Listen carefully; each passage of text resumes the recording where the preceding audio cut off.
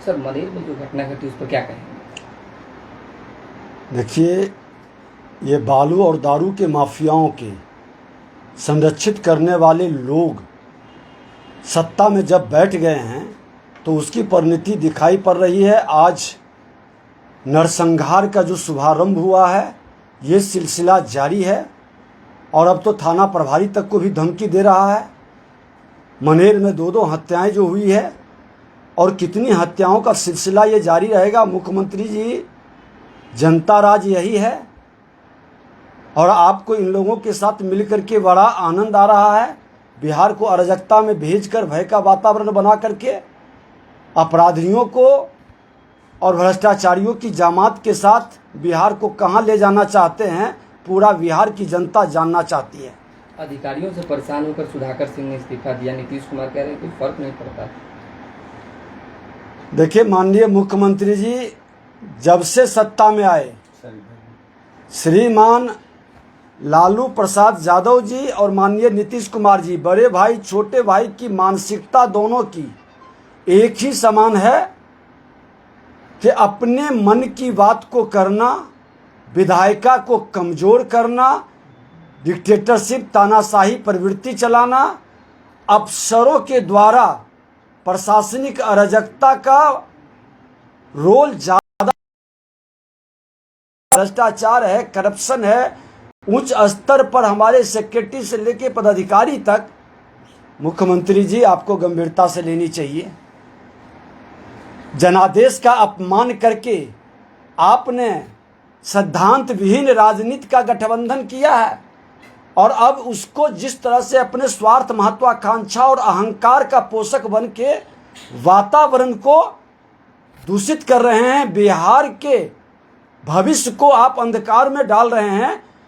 जनता माफ नहीं करेगी, इसकी सजा आपको भुगतना पड़ेगा। सर, अभी नवरात्र का महीना चल रहा है, आरजेडी कार्यालय के बाहर जो है पोस्टर लगे हैं, महाभारत की तस्वीर दिखाई गई है, उसमें जो है मुख्य भूमिका में लालू यादव को जो है विष्णु बताया गया है, बाकी सारे विपक्ष को अलग अलग अवतार दिए गए हैं। समझिए, उसका अंत अब निश्चित है।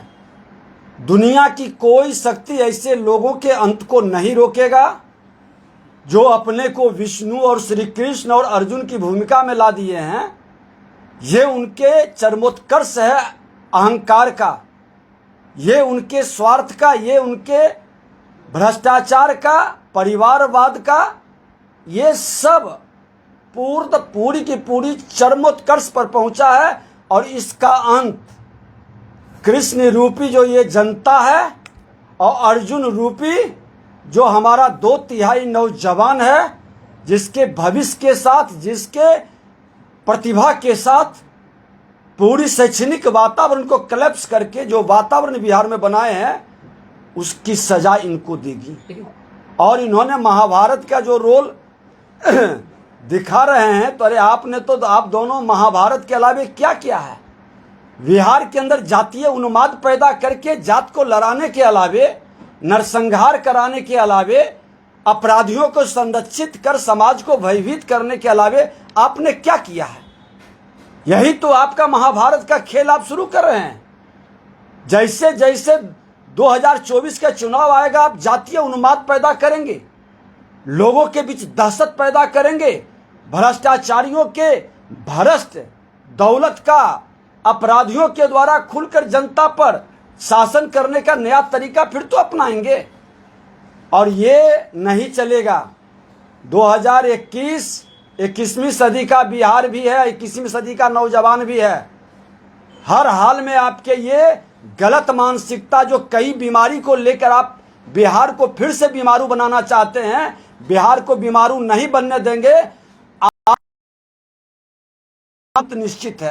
तेजस्वी यादव जो है कृष्ण बने हुए हैं, उस पर क्या कहेंगे, क्योंकि अर्जुन की भूमिका में नीतीश कुमार है। देखिए, अब कौन कृष्ण और कौन अर्जुन है? कौरव की सेनाएं सजी हुई है। इस सेना में जब कोई बचेंगे, राजनीति करने लायक रहेंगे, जनता रहने देगी, तब न कृष्ण और अर्जुन की भूमिका निभाएंगे। जनता इनका सुपड़ा साफ कर देगा। ये तमाम भ्रष्टाचारी जो एक जमात बना करके जुटे हैं, राष्ट्रवाद के भ्रष्टाचार मुक्त भारत बनाने के संकल्प को नरेंद्र मोदी जी के विरुद्ध ये सब साफ हो जाएंगे। ललन सिंह आप लोगों पर बयान दे रहे हैं और कह रहे हैं कि आप लोग जो है प्रशांत किशोर को फंडिंग कर रहे हैं। कल से पैदल यात्रा निकाले हैं प्रशांत किशोर, एजेंट भी बता रहे हैं। अब देखिए ललन बाबू माननीय नीतीश कुमार जी के अंतरी के दांत गिनने के लिए चले थे, बहुत फ्रस्ट्रेशन में थे। उस समय भी लोग यही कहता था कि ललन बाबू को माननीय मुख्यमंत्री नीतीश कुमार जी जान के बाहर किए हैं कि वो जितना हमारे विरुद्ध बोलेगा हमारा वोट एकजुट होगा। तो ये अनुभव उनके पास है। जिस तरह से 2010 में ये मुख्यमंत्री के विरुद्ध वातावरण बना रहे थे और जो माहौल खड़ा कर रहे थे, उसका परिणाम देखिए। बाद में जाकर के किस तरह से क्षमा मांग करके और उन्हीं के गलबहियां कर लिए।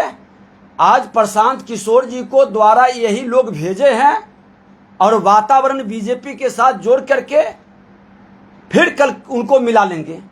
ये इनकी राजनीतिक धूर्त राजनीति का छल कपट से भरा हुआ राजनीति का एक माध्यम है।